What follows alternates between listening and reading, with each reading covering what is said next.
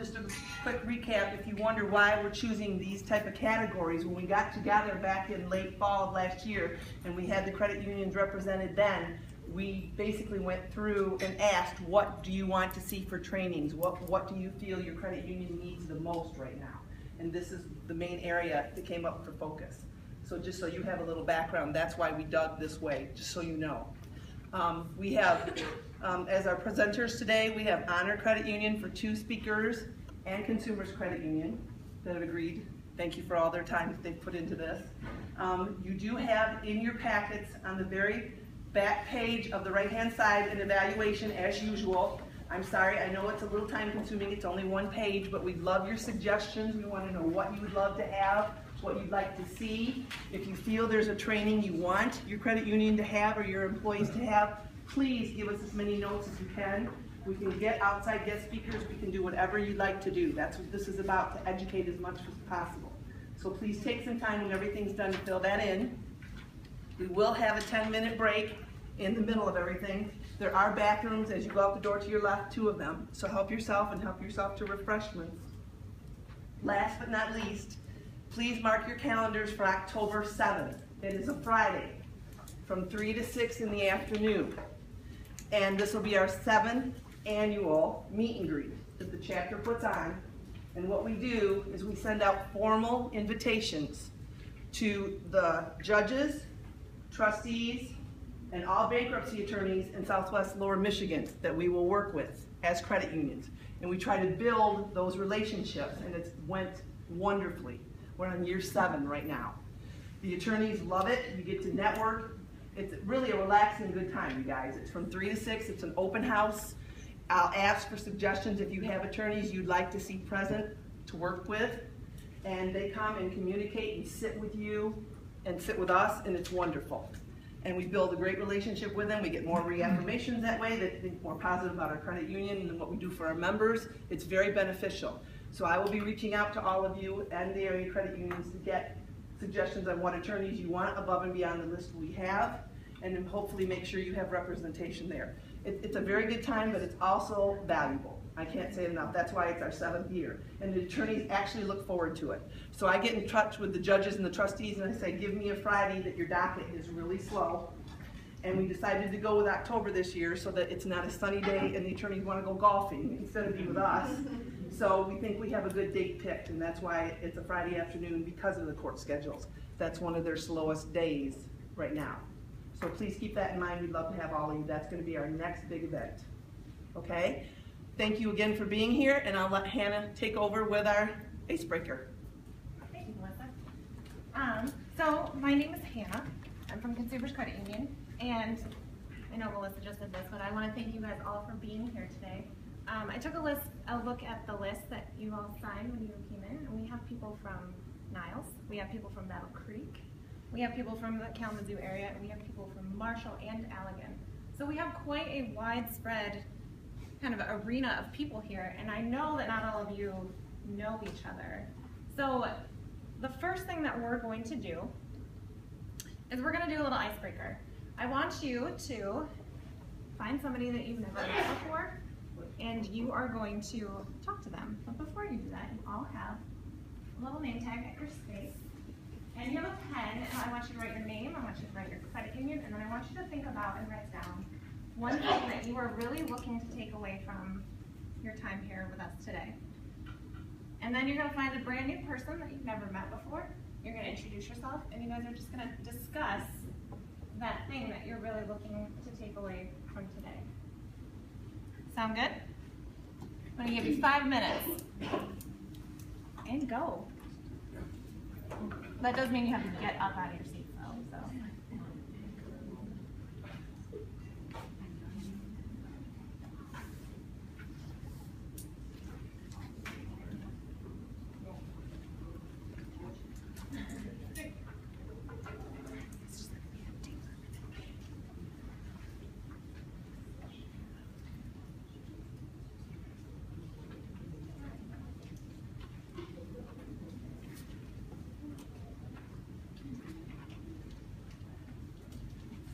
I know it's really quiet as everybody's writing, but don't be afraid to get up and once you're done, go find somebody that you've never met before.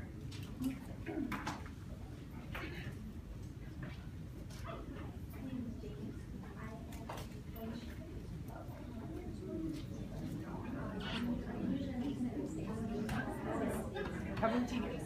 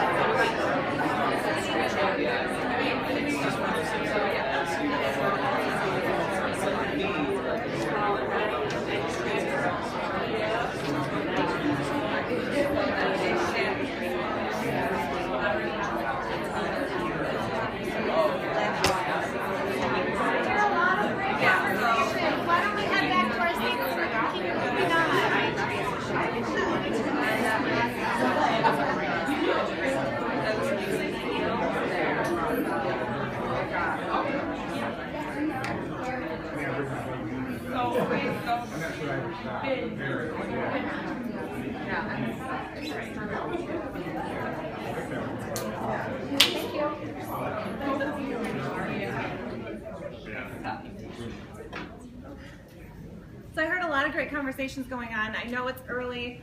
I know that, 8 a.m. is not really my best time in the morning. But I feel like you guys really got to know each other a little bit, right? I hope you're in the mindset of like really taking some great things away from our seminar today.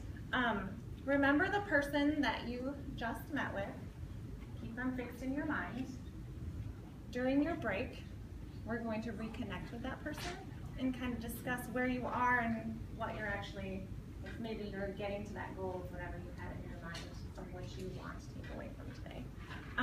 We do have a participant guide real quick in your folders. At the first line in there, it says, what are you looking to take away from today? If you want to write that down, that's a great place to keep that, and that way you don't forget. Because you want to reconnect with your person during our break. Before we really dig in today, let's talk about our last seminar for those of you who missed it. Charlie? Yeah. How many attended our last seminar, session 1? Awesome. So happy to have you back. Thanks for coming. It was a really fun seminar, and workshop. I shouldn't call it a seminar. It was really a workshop, and we really covered 4 key areas that really lead into today. And it was really all about dynamic sales and service excellence. And one of the aspects that we really focused on was the experience, truthfully offering that memorable member experience. And so taking it from that task mentality to really looking at it as a full member experience and all the elements that made into that. And we also really looked into the establishing the relationship and how to really create that unique experience within each one of those customer interactions, those member interactions, and how do we differentiate ourselves in the marketplace, and really identifying those key areas that really stood out and ways. We had a lot of participation, so this one's going to be very similar to that. We're going to look for a lot of engagement, a lot of involvement. It's not fun if we're just up here talking the whole time. So we'll be moving around. There's going to be a lot of back and forth, and we had some other key takeaways as well. Yeah, and one of our other objectives is identifying opportunities, where you're really listening for those key things that the member is really needing and asking the right questions, and then really understanding how your nonverbals affect that relationship and how you can really choose and show that you're actively listening to that person. And just showing confidence that you really are doing what's best, right? You're doing what's best for your member. Finally, we talked about overcoming objections and ended the day with a great way of how you can take some of the things that you've learned, take it back to your teams, and integrate those into daily huddles, or however you can help your teammates with the things that you learned from here. If you did miss this session, again, I'm going to direct you to your participant guide. We have a little section for a recap, and if you search the title of the seminar right in YouTube, you can find that. It's in 2 separate sections, is that correct? And you can watch that, or just sections of it, however you prefer. And I'm going to transition this to Charlie to really talk about what we're going to talk about today. Awesome. So, hello everyone. I'm Charlie. I'm from Honor Credit Union. Like I said, very excited to be here today. How this was built and how it was built for the first session was really so you can take it back to your credit unions and really do a train the trainer so that you can take it back and be able to share the information. We will make a lot of this information available. Last time we talked about huddle ideas and huddle opportunities, and it was a really nice opportunity for each one of you to then go back and share this information, so it doesn't just, man, we're here for 2 hours, we've got some great food, we've got some really good networking, but so it doesn't stop there. As I mentioned, my name's Charlie, and I want to start off with really going into that I'm lucky to be alive. I debated whether or not to tell you guys this story because it's something I haven't shared publicly. A few of my close friends I've shared it with, but it's a story that I was like, it's a good way to get to know the group. So I'm probably amongst friends when I say that most of you probably had somewhat of a less than normal childhood. I definitely did. So I can raise my hand, and that probably fits your description of what you're thinking about. One thing that stood out is that when I was 8 years old, my sister and I have no idea where my parents were, not really sure the scenario, but we were in my parents' closet, and my sister said, look, she was looking under the dresser, and there was a gun under the dresser. It was my dad's gun. I now know it was a .22 handgun, which freaks me out as a parent. Got a 10-year-old and a 6-year-old. First of all, the questions of why the heck is there a gun under the dresser? That makes a lot of sense, Dad. Really smart move there. So it tells you the upbringing in the 80s of the scenario. So my sister pulled out the gun, and it was something where she looked at it. I'm looking at it. I mean, 8 years old, you don't know much about it. And God honest truth, she ended up actually pulling the trigger. And it was loud. My ears were ringing. It was crazy. And we were both frightened. She dropped the gun, threw it back under the dresser. I have no idea where my parents were. Nobody came running. I had somebody ask one of my friends, they're like, well, didn't they find the shell? And I'm like, we would have found the shell as parents. I'm not sure why my parents did not find the shell or ask us about it, but it was never something that we got in trouble for. It was never something that was discovered at that moment. So it was actually funny, though, because there was a day my dad came down, and he's like, I just can't figure this out. He's got a box of socks that he keeps in his closet. I don't know why he had a box of socks or why you need so many socks.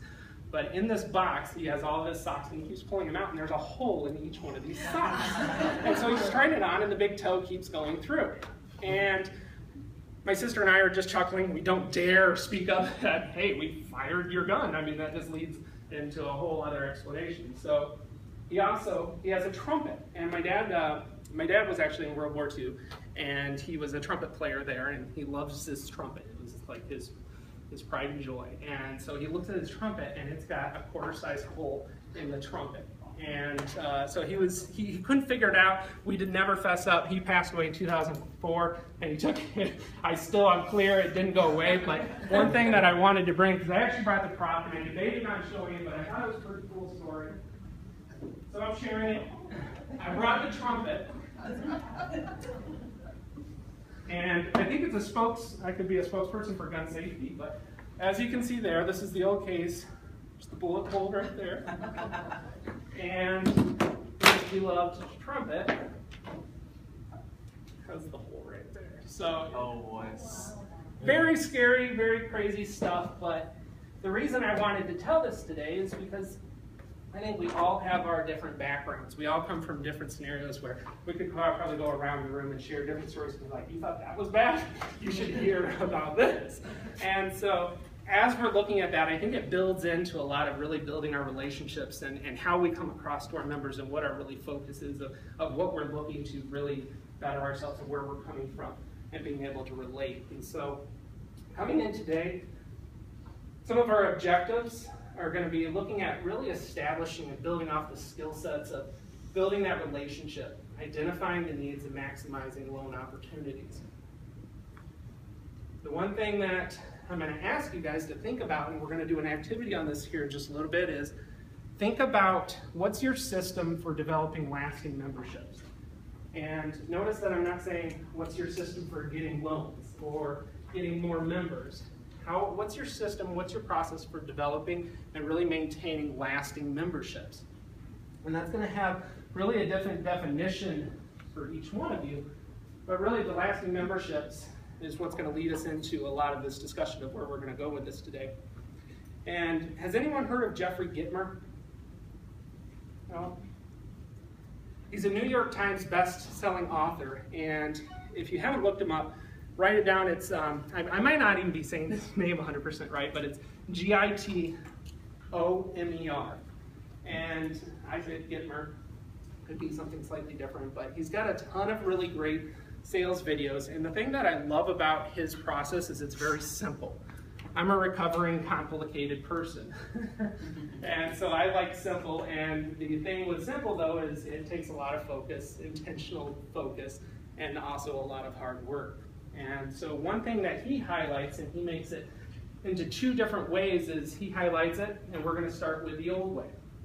And the old way, I think, if we went around the room, we could really talk about someone, a person, or some scenario that you ran across that ran into the old way. And the old way is that salesperson or that individual that is extremely pushy. You guys probably, like I said, think of somebody that stands out in your head, that's pushy, unprepared, and comes almost prepared with a developed pitch. It's cold, it's not customized for the person, it's just there, it's just a pitch. I think of somebody that is in sales specifically, probably timeshares. Anyone been to a timeshare presentation? I think the only goal of a timeshare presentation is that person, either you walk away with a timeshare or you leave absolutely miserable, and sometimes both. I did not walk away with a timeshare, but it was a miserable experience. It's someone that did not ask me any questions. It's somebody that focused on just completely the sale, not about what was going to work best for me. They wanted to spend my money and put me in a situation that might not have been the best for me. And that's really the way I think of it, as somebody that's really looking at the old way. I'm going to share one more story with you, and it comes from, I heard it first on EntreLeadership, Dave Ramsey's podcast. Anybody podcasters? Somewhat? Yeah? All right.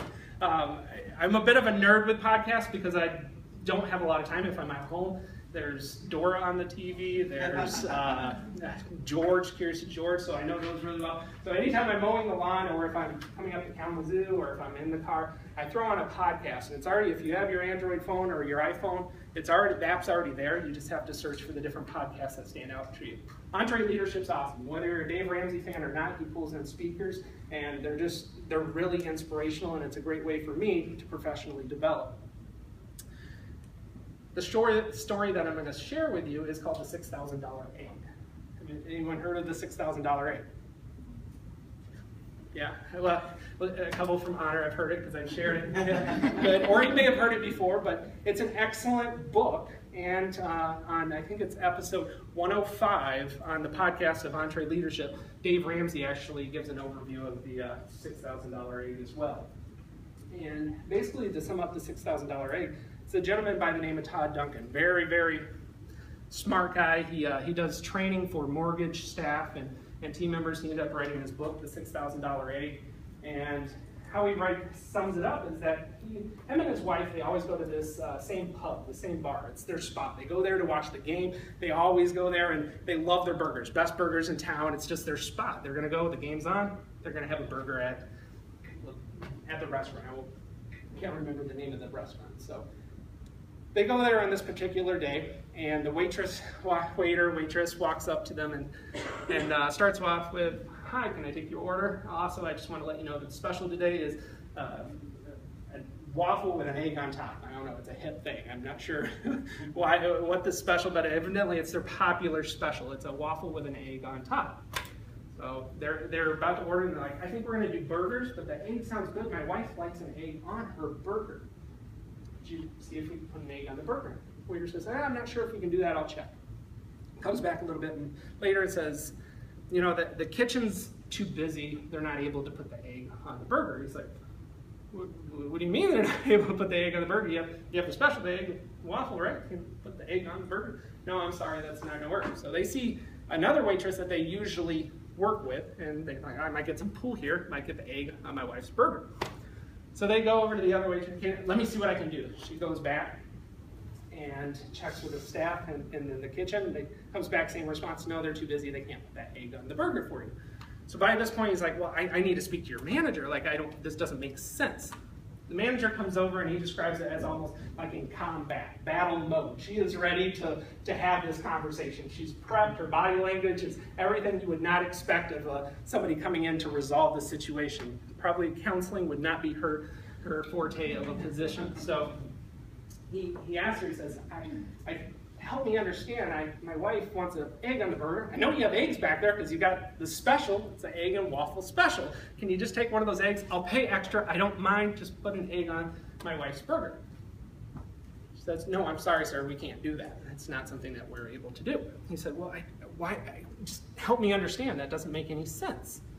She said, "You see, we have a certain ratio of waffle to eggs, and if I sell you an egg, we'll only have one waffle, and I won't be able to sell that special, and then we're going to have, leftover waffles." And he responded with, "Well, that's if you sell those. You could have 4 people not come in and order the special. You're going to have extra eggs and extra waffles. I just want one of your eggs. I'm willing to pay for it. Actually, there's a Whole Foods just right around the corner. I'll give you $5. You can send a busboy to over there, and you can buy a thing of eggs. You give me one of those eggs. You can keep the rest of the eggs. You're going to have the rest of the eggs for your waffle special." She said, "No, sir, I'm not able to do that."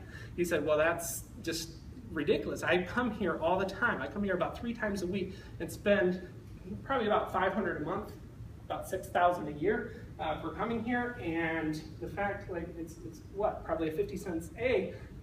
I'm going to be very aggravated. I probably won't come back here over this. She said, I'm very sorry, sir, but I tell you what I can do. I'm going to go ahead and take care of your meal for you. He describes it as he turns to her and he says, that's the stupidest thing I've ever heard. You're going to literally pay my bill, which his tab was about $71, for a 30 cents egg. He said, yes, sir, that's what I'm able to do. Aggravated, his blood's boiling, they go out and leave there, and they obviously don't go back, but they go over into Whole Foods, and this is where it really pulls together. Is he goes into Whole Foods, looks to see how much the eggs are, comes out to be like 33 cents an egg, so just to prove his point, kind of the guy thing of going in there like I'm right. And so then he goes over just to test it out. There's actually a little spot, and those of you that have been in Whole Foods, it's an awesome spot where they have this really nice buffet area. It's overly priced, but really good. And he goes up to the counter to order a sliced pizza. He said, I'd like to have an egg on my pizza. Really testing this. So the server says, oh, okay, I'll see if we can do that. By the time that the pizza's in and they're waiting for it, the chef comes out confused because he said, you know, I need to know how you want your egg. Is it over medium, over hard, fried? Do you want it on top of the piece of the crust? Do you want it in the middle? Because you know if you cut it, you're going to get the yolk all over. Do you want the yolk on the pizza? How do you want it? And so really, this story stood out to me, and I share it with you today because how often do we run in that scenario of having the opportunity to do the right thing and to go that extra mile, take that extra 5 minutes to offer that extra level of service to say, how do you want your egg? And how do you want to go that way? And I think that really starts with building up the rapport of connecting with someone. And I think rapport is total responsiveness between people. And if you don't have a spot on there, but I would write on each one of your sheets, anywhere that you want on there, rapport is power. Rapport is power. And the other part of rapport is created by a feeling of commonality. So when we are working with our members and we're out looking for opportunities and we're addressing the needs, it's not just about what that member is asking for and what they're trying to get. It's our fact that we are the experts. We are the advisor that's looking out for their best scenario. I'm sitting there on the aspect of looking for that referral business and really trying to build my book of business by developing that relationship with a member and trying to have that feeling of commonality. So with Jeffrey Gitmer, and I'm jumping a little bit back and forth here, but he presents it as the new way. And I know each one of you are doing probably some elements of the new way, but it offers value. No longer is it the pushy, unprepared, developed pitch that I'm walking in, this is the only way I can do it, I'm going to follow policy, I'm going to follow procedure, but the outcome is not what's benefiting the member. It's looking for the value way of that win-win. It's presenting yourself with your best attitude. You're coming into it with your best self, looking for ways with prepared questions as that person comes in, knowing different avenues and looking for opportunities to be able to find their Santa Claus list. Really looking at that opportunity. What are you trying to do? Where are you at in your process of life that you're trying to find an option that's going to help benefit them and not just find that pushy product that's going to only work for their needs today? The new way really balances and brings in differentiation. It's how are we different in the market than our competition? I've got a slide later on this. I'm going to ask you a question about our competition, but credit unions in general, you are all from a credit union. We've probably all have similar stories. It started off in a basement with a little box like this big. Everybody wanted a better option to save more money, and sound familiar? Most of the time. So we are looking to be intentional on being different in the marketplace. And to be intentionally different, we have to offer that better level of service, taking that extra time to look and see how it's going to fit best for that member in their scenario at the time that they need it. And once again, it's building that rapport. The reason I really wanted to share this story today about my trumpet is I wanted to see about the best way to come across. We've all got a scenario where we've come across bad service, good service, we know the difference. And we may have some childhood stories that maybe match or surpass some of my explanations there, but the whole point is that we're looking to increase that quality of service and that the competition out there is not going to wait for us. We know we have the better service, we know we have the better product, but we have to be vigilant about looking for opportunities to be able to get there. So right now I'm going to have you guys in a group, and we're going to do this very official-like. And I'm going to elect a group leader out of each one of these tables. So if you raise your hand with me, one hand, go ahead, raise your hand. And I want you to point at your table who you want to be your group leader. Just go ahead and point whoever you want to be your group leader. Very official.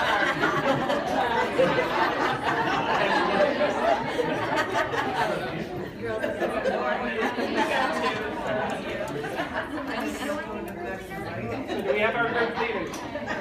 Raise your hand if you're the elected group leader. All right. So the job of the group leader is to A, get your team back from breaks on time. That's a tough one. The second is to, as we go over this exercise, I want you to really pay attention to what your group is coming up with and what they're talking about. And I want you to give an overview afterwards. We're going to have you share out some of the feedback of the group and the general response to what are your members doing to build what are you doing today to build relationships with your members, and what can you do to build better relationships with your members. So I'm going to give you probably about 5 minutes, and then group leaders, I'm going to have you report back out. All right? All right. Dive in. Thanks, everyone.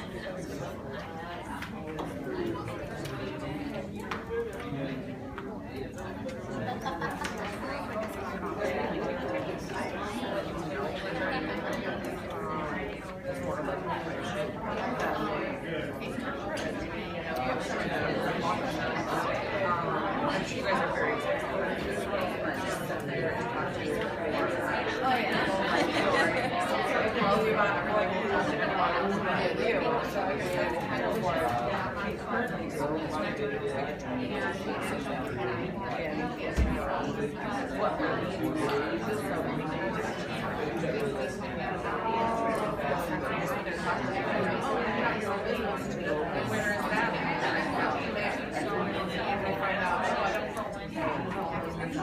And again, I can bring it up.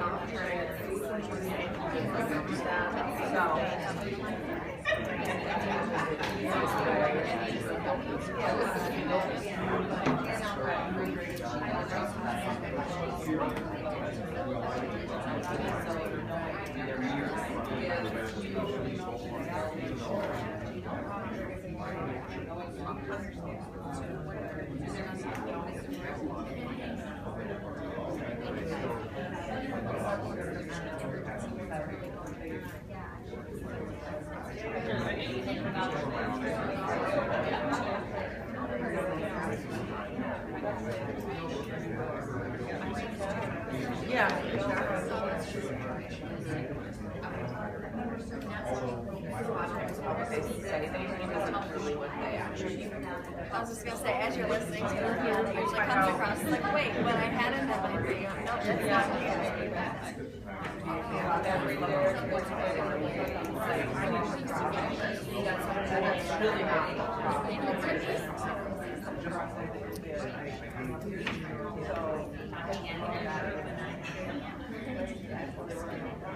There's any type of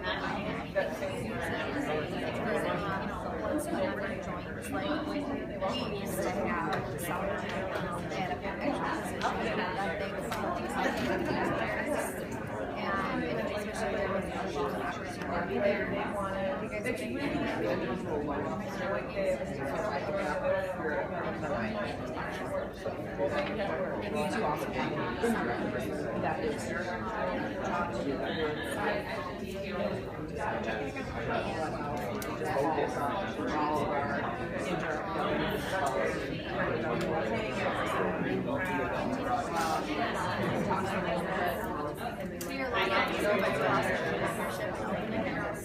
Yeah, but our loans are coming out of I don't know about reserve. I think those everyone.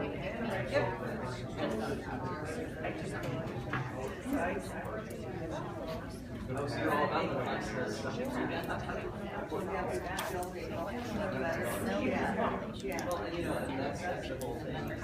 a strong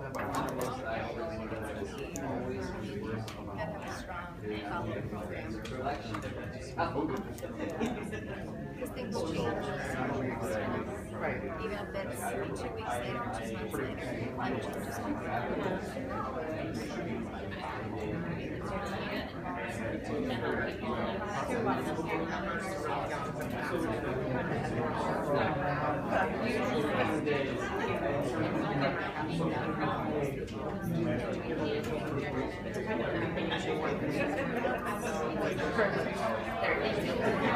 So I do that with software.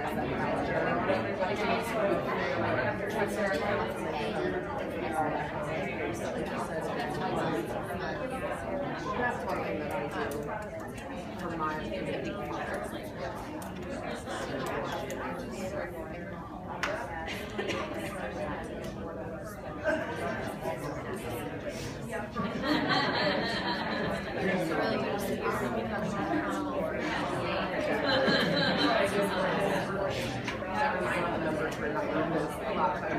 and sometimes they will have gone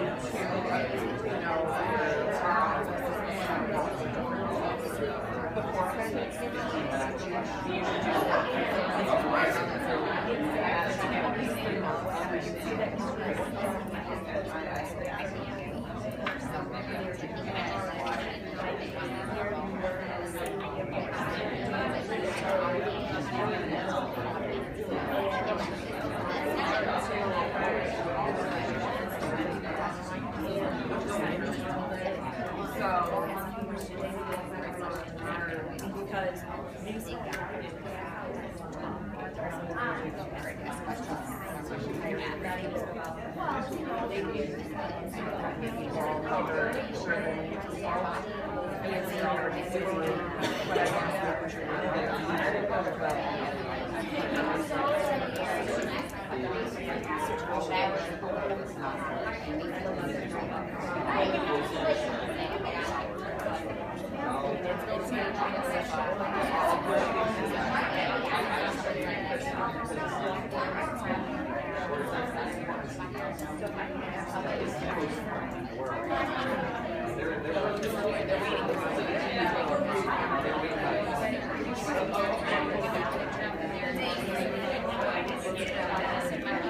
We'll give it about one more minute and then bring you guys back.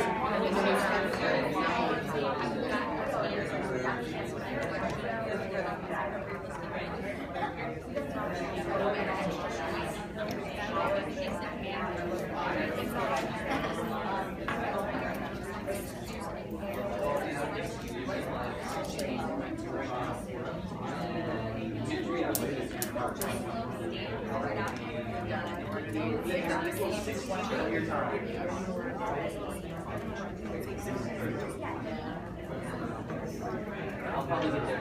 Maybe 24. They will be like, dude, I'm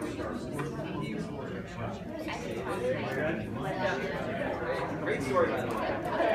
I'm not gonna be alive. I'll tell you what. That's crazy. I count every day on it. Hey, you know, the things you gotta do. How long? All these questions in my head, like now that I'm here, I'm like, we're down about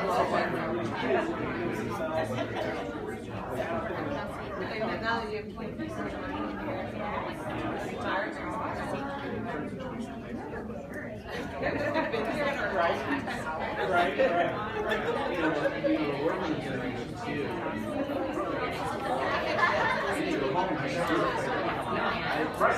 Nowadays, all I do is the second.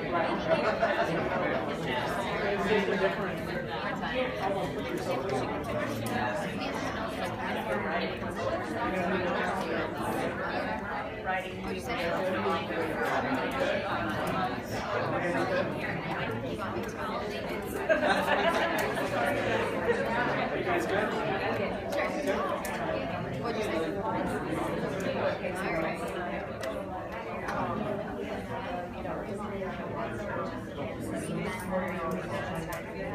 What's that? Oh, specific. All right.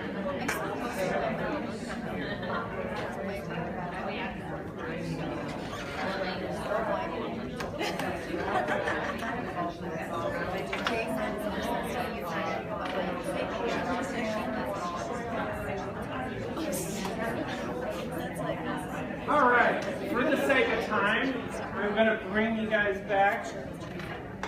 And any group leaders come across any good feedback and willing to share with us some examples at your group? Yeah.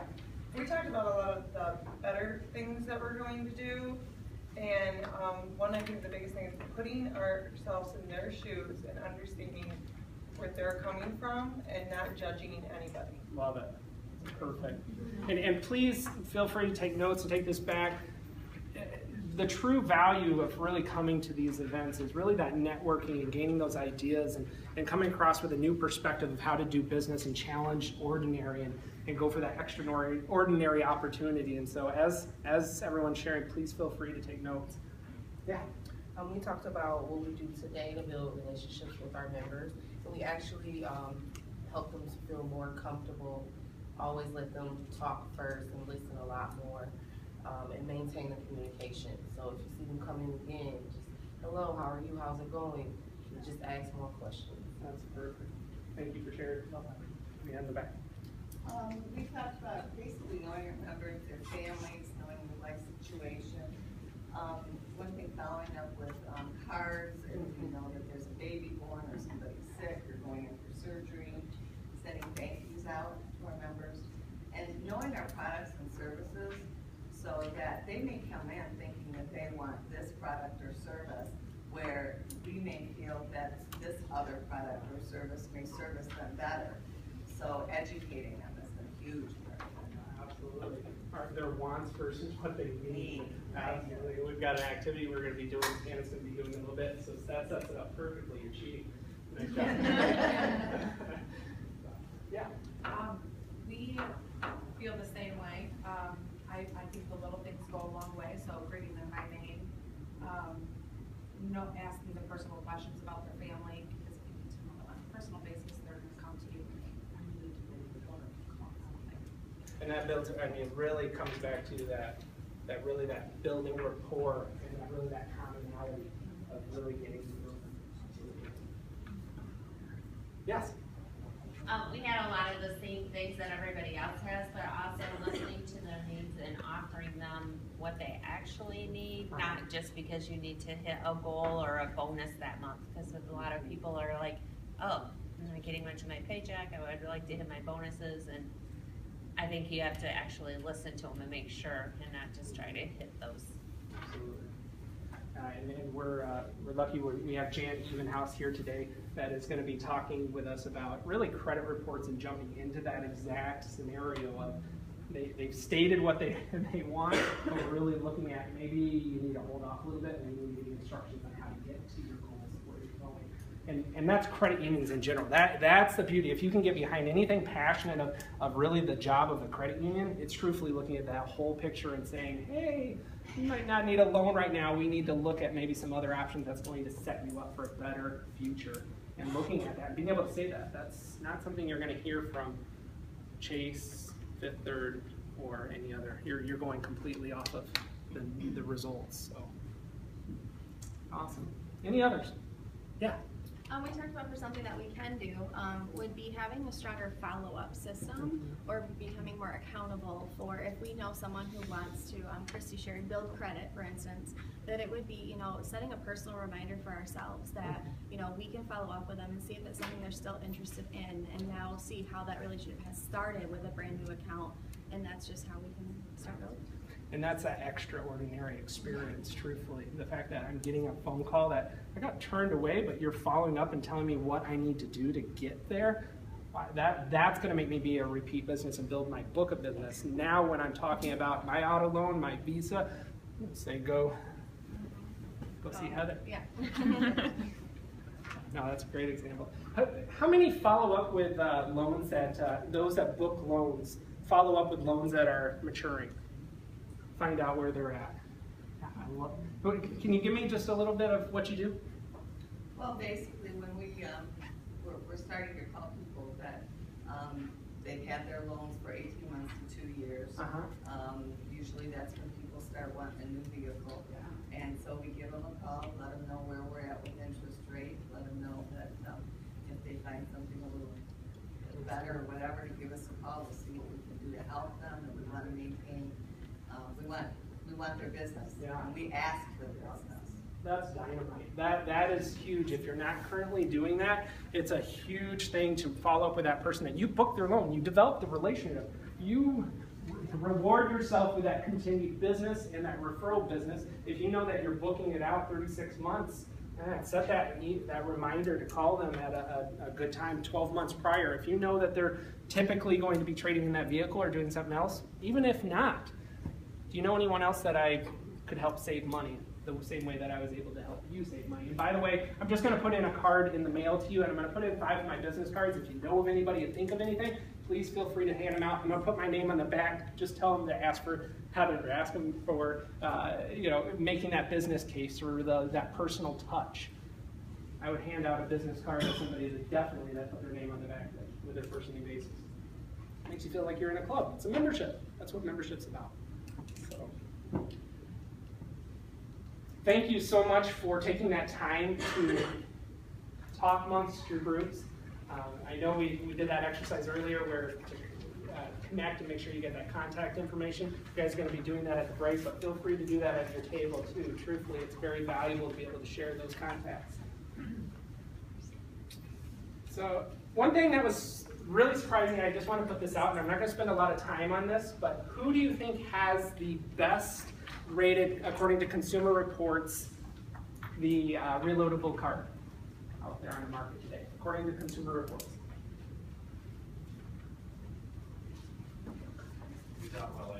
Reload, yeah. Yeah, a reloadable card. Who offers, as far as in the market, who offers the best rated according to Consumer Reports? Throw out ideas. The Rush Card, okay. Any others? Reloadable card. Pharmacies. Pharmacies, okay. Would you be surprised if I said it was Save Money, Live Better? Anybody heard of the Bluebird card?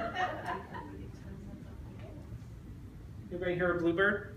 The thing that surprises me on this is right below it is H&R Block. Why would you get a free reloadable card from H&R Block? Hello. And how much are the fees on you lose half of your return?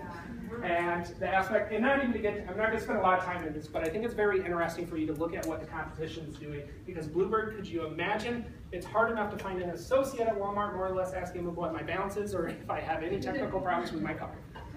And that's the level of service that Consumer Reports is telling everyone, that you're getting a 90% on value, fee, accessibility, and clarity, safety, and convenience. So, something to keep it. We have a better product, and it may not always be that low, and it depends on what that person needs. It's taking that time to really get in and identify those needs through conversation, looking at what their life changes are, and really knowing what's out there that you know you have a better product. You set us up perfectly in the back of really looking at the needs versus the wants. Hi, Hannah, I'm going to turn it over to you, and we'll jump into that activity. Thank you so much, everyone. Thanks, Charlie. A little handoff there.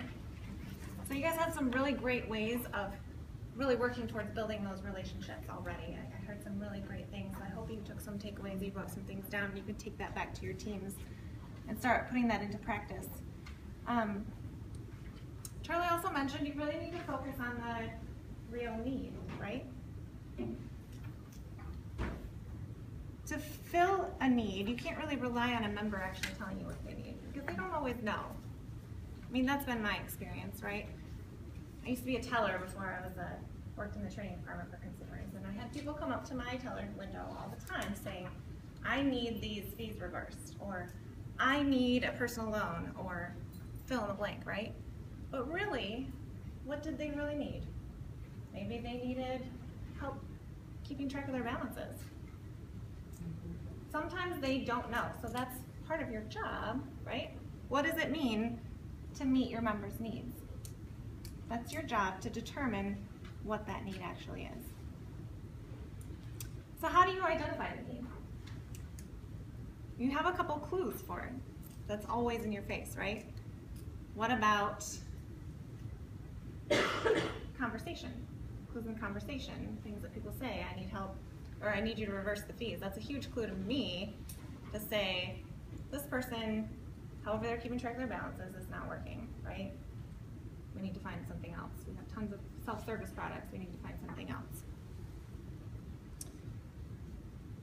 What if they complain about their mortgage being moved? It's just a conversation that you're having, right? Because you get to know your members. What might their real need be? Anybody want to venture a guess out there? Maybe you need to tell them about the mortgage product that your institution offers and then provide them the benefits of that, right? That's a clue. They're not asking you for information, but they're talking about it. So you got to keep that in mind. What about what they're doing? Do members ever come in and ask you for rates? Is that a clue that they might be looking for a better return? Those are all clues for you to be listening and looking, all that stuff, to find out what your member actually needs. Let's put this into practice. In your participant guide on page 2, you guys have a page here that talks about how do you identify a need. There's a couple tables in here. I want you to work with your group that you're with. I want you to fill those out. So I'll give you an example. In the top one, we have a stated need. I actually already gave you this to you. And then the actual need. I need these fees reversed is what the member's saying. And then the actual need is I need a better way to keep track of my balances. So work with your table, and you're gonna fill those out and come up with a possible actual need. Can there be more than one? Absolutely. So work with your table and go through that. And I want you to work on the whole thing. We're gonna take about, I'll check in with you at 5 minutes, see where we are, and then we can discuss. Any questions? You good?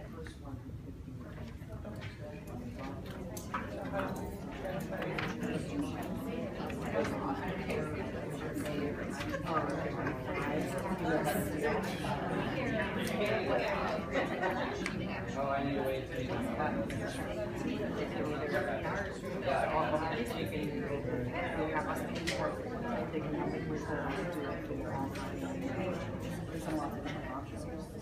of course, you know, if they're like, oh,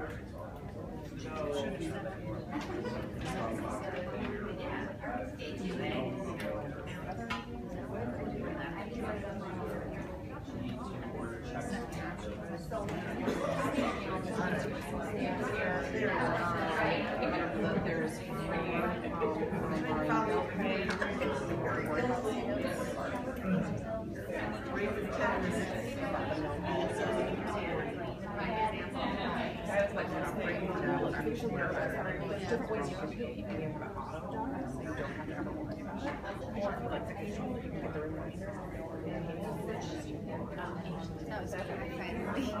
It was actually a teller at another office I worked at. She was like, I mean, here she is, like at least 25 years old. And she's like, you need to use my tablet. No, I don't. Like, I like to go online and see it myself. And I finally released it, and I've been using it, and it is much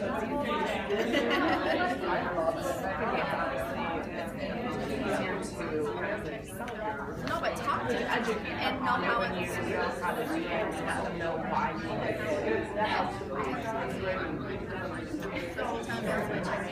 what they need to know is mobile banking and online banking that wasn't easy access to all that stuff. We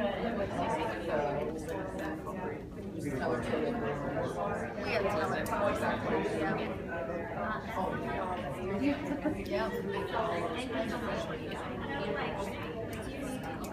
Convenience services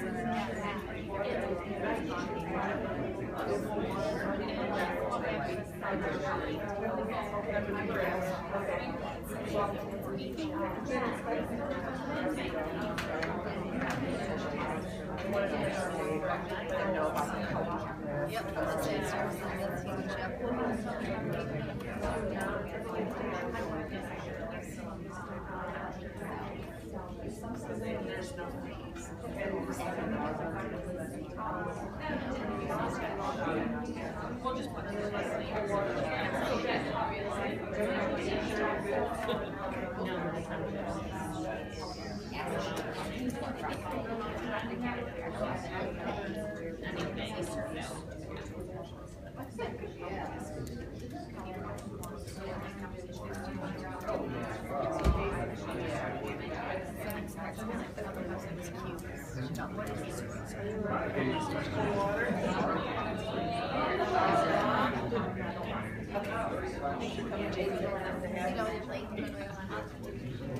That's huge. Oh, thank you so much.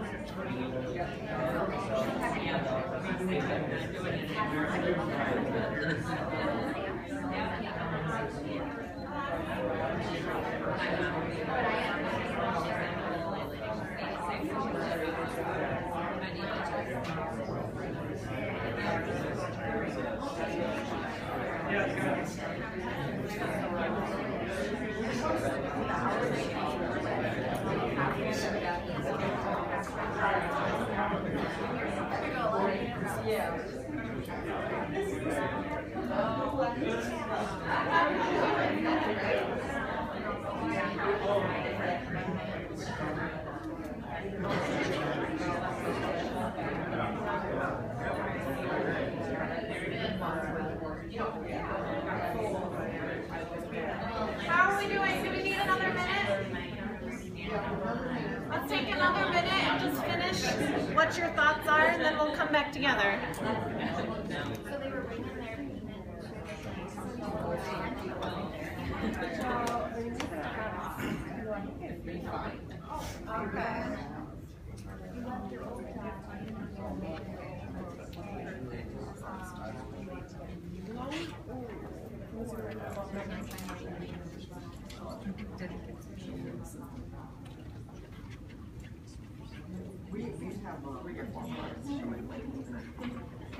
All right, I heard a lot of really good conversations going on.